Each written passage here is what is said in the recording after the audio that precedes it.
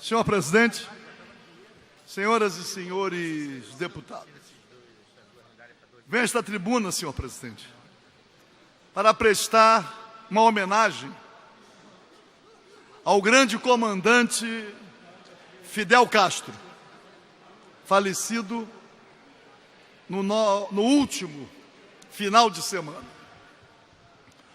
Uma vida longa, de 90 anos, mas que ainda despertava em muitos corações revolucionários a esperança de permanecer no nosso convívio por muito mais tempo. Fidel Castro liderou a Revolução Cubana, chegando ao poder naquele país em 1959. Muita gente indaga as razões pelas quais um país pequeno, geograficamente falando, uma ilha, com uma economia não tão expressiva em relação ao comércio mundial, uma ilha tão próxima dos Estados Unidos da América do Norte, como pode ter produzido uma liderança que, ao morrer, causa tanto impacto no mundo inteiro. O que terá feito com que o comandante Fidel Castro esteja ombreado com as maiores lideranças que a humanidade já produziu.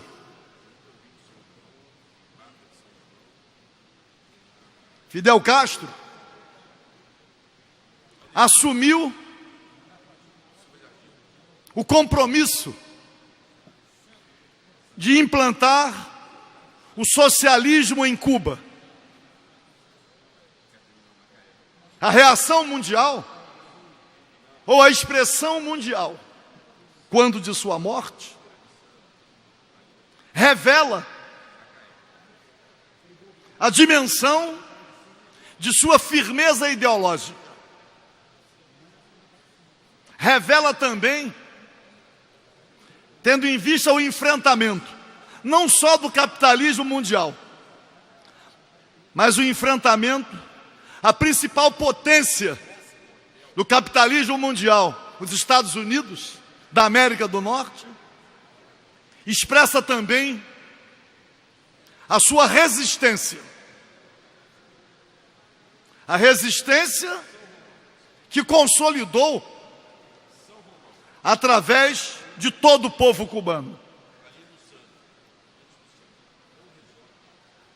Resistência capaz de superar,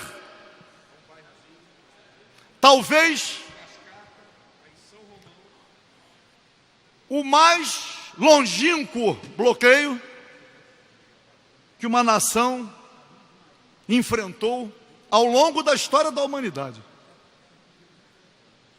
Mas a liderança de Fidel Castro também consolidou no povo cubano, consolidou a consciência e o orgulho nacional. Há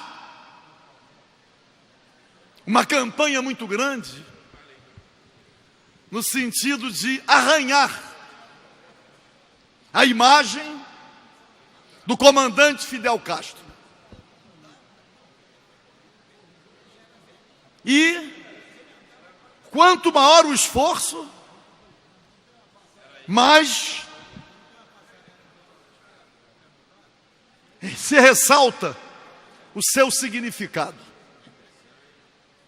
Cuba mantém o sonho no coração de muitos em relação à possibilidade da construção do socialismo. Muitos enaltecem e reconhecem, o que é impossível não reconhecer, os resultados alcançados em Cuba em relação à saúde, à educação, inúmeras outras conquistas sociais. Mas o que resulta da liderança do comandante Fidel Castro é a construção de um sentimento nacional. O orgulho pela revolução que foi consolidada, não obstante tantas agressões. Talvez, em todos esses últimos anos, não há um líder mundial cuja morte tenha despertado tantas manifestações. Mas é preciso olhar exclusivamente para o povo cubano, para constatar o reconhecimento a um homem que dedicou a sua vida e se submeteu a todos os riscos para levar o seu povo à vitória. É claro que quando olhamos no ato principal, no Estádio Nacional de Cuba, os chefes de Estado que lá compareceram,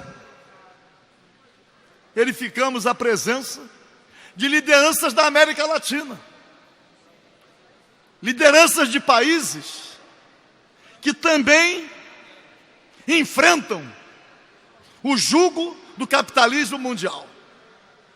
Estavam lá Nicolás Maduro, da Venezuela, aliás, nos lembrando da figura do comandante Chávez, que deixou tão cedo o nosso convívio, fazendo com que a Venezuela agora enfrente as dificuldades que está enfrentando, mas mesmo assim, demonstrando claramente o sentimento, a consciência do povo venezuelano na defesa da Revolução Bolivariana. A começar pelas Forças Armadas da Venezuela. É certo que, tendo deixado tão cedo o nosso convívio, o comandante Hugo Chávez também deixou algo que teria sido consolidado, como fez Fidel Castro em Cuba.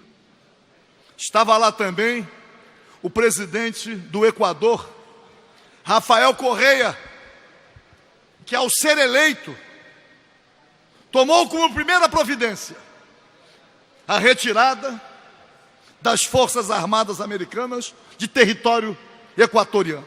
A base militar não renovou o acordo. Estava lá também o presidente da Bolívia, Evo Morales,